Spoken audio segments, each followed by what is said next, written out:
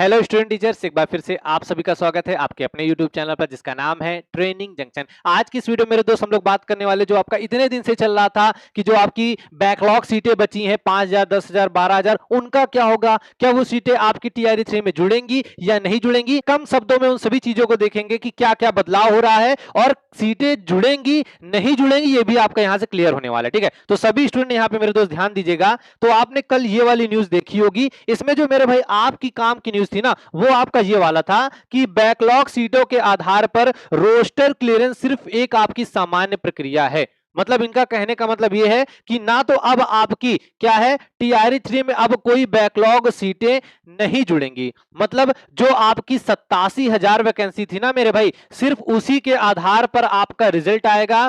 परिवर्तन क्या होगा मेरे भाई, आज दोपहर का आपने नोटिस देख लिया होगा, जो आपका हेड टीचर का था उसमें जब रोस्टर क्लियर हुआ, पहले उसमें 65% के हिसाब से सीटें थी, जिसमें आपकी ओपन कैटेगरी यानी यूआर की कम सीटें थी। लेकिन जैसे ही वो 50% आरक्षण के हिसाब से आया, तो उसमें जो यूआर कैटेगरी थी ना, उनकी आपकी सीटें क्या हो गई, आपकी बढ़ गई। सिंपल से इन बात को ये समझो कि देखो आपकी मान लो ये 100 सीटें हैं, 50-50 अभी बदली हैं, पहले 65% के हिसाब से थी, अब क्या होगा, रिजल्ट आपका 50% के हिसाब से आएगा। मतलब जो पहले ऊपर था वो अब नीचे आ जाएगा और जिसमें कम था वो अब आपका थोड़ा सा ऊपर चला जाएगा।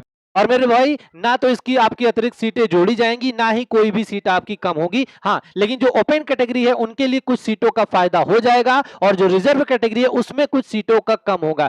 तो यहां पे मेरे दोस्त आपका यही मेन था। और बाकी मैं 100% श्योर हो कि अभी क्यों बोला हूं, जिनीश जी ने कल ही आपका इसमें एक बात बोली थी कि आपका जो हेड टीचर था ना, उसका रोस्टर क्लियरेंस कल आपको मिल जाएगा, जो कि आज दोपहर को आपका नोटिस आ गया है। उन्होंने बोला था जो आपका पीजीटी की बचे हुए फाइनल आंसर थे वो भी आपके जारी हो जाएंगे। मेरे भाई फाइनल आंसर की भी आपको कल शाम को दिख गई थी, तो इनकी बातों में हम पूरा भरोसा कर सकते हैं। तो याद रखिएगा, ना तो मेरे दोस्त अब आपकी कोई सीट जुड़ रही है, ना ही आपकी घट रही है। और बहुत सारे लोग आपको गुमराह करेंगे, आपस में लड़ाने के लिए बोलेंगे कि रिजर्व कैटेगरी के साथ होगा धोखा और यूआर कैटेगरी को मिलेगा मौका। तो भाई सिंपल से एक बात समझ लीजिए, जो आपका 50% है जो रिजर्व कैटेगरी के लिए है, उसमें सिर्फ वही बच्चे आपके एलिजिबल रहेंगे जो आपके उस कैटेगरी में आते हैं। बाकी जो ओपन कैटेगरी होता है ये सब के लिए ओपन होता है। मतलब इसमें चाहे ओबीसी हो, एससी हो, एसटी हो, बीसी, ईबीसी, ईडब्ल्यूएस, यूआरएस, कोई भी उसमें फाइट कर सकता है। ठीक है, तो बाकी एक बात बोलूंगा मेरे दोस्त की बाकी लोगों की बातों में आके आप लोग आपस में मत लड़िएगा। अपना पूरा फोकस, अगर नंबर अच्छे हैं तो टीआरई 3 डीवी में लगाइए, नहीं तो आपका टीआरई 4 जो आएगा उसमें लगाइए,